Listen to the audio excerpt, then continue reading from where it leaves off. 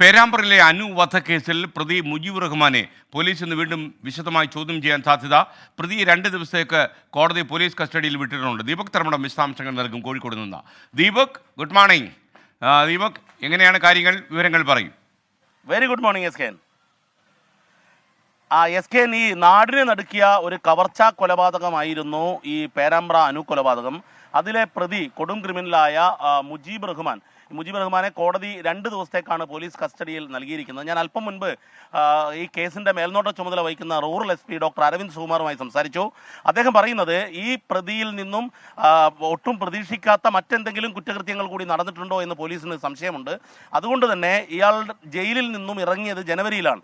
അതിനുശേഷമുള്ള CDR കേന്ദ്രീകരിച്ചുകൊണ്ട് അദ്ദേഹം വിവിധ ജില്ലകളിൽ യാത്ര ചെയ്തിട്ടുണ്ട്, പലരെയും കണ്ടിട്ടുണ്ട്. അതുകൊണ്ട് തന്നെ ഈ മോഷണം, കവർച്ച മുതൽ വിൽപ്പന, അതുപോലെ തന്നെ ഈ മോഷണവുമായി ബന്ധപ്പെട്ടുള്ള മോഷണ ശ്രമത്തിനിടയിലുള്ള പീഡനങ്ങൾ, അക്രമങ്ങൾ, ഇത്തരം സംഭവങ്ങളെല്ലാം തന്നെ പോലീസ് വിശദമായി പരിശോധിക്കുന്നു.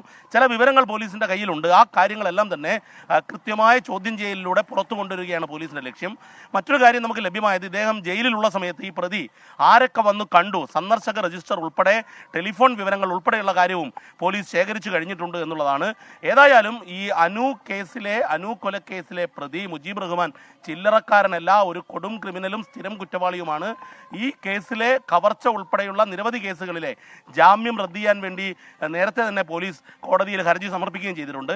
ഏതായാലും ഇന്ന് വിശദമായ ചോദ്യം ചെയ്യലിലേക്ക് കടക്കും. 2 ദിവസത്തെ ചോദ്യം ചെയ്യലിനിടയിൽ ചിലപ്പോൾ തെളിവെടുപ്പിന് മലപ്പുറത്തേക്ക് കൊണ്ടുപോകാനുള്ള സാധ്യതയും പോലീസിൽ നിന്നും സൂചന ലഭിക്കുന്നുണ്ട്. S K. Okay, thank you Deepak Dharmadam.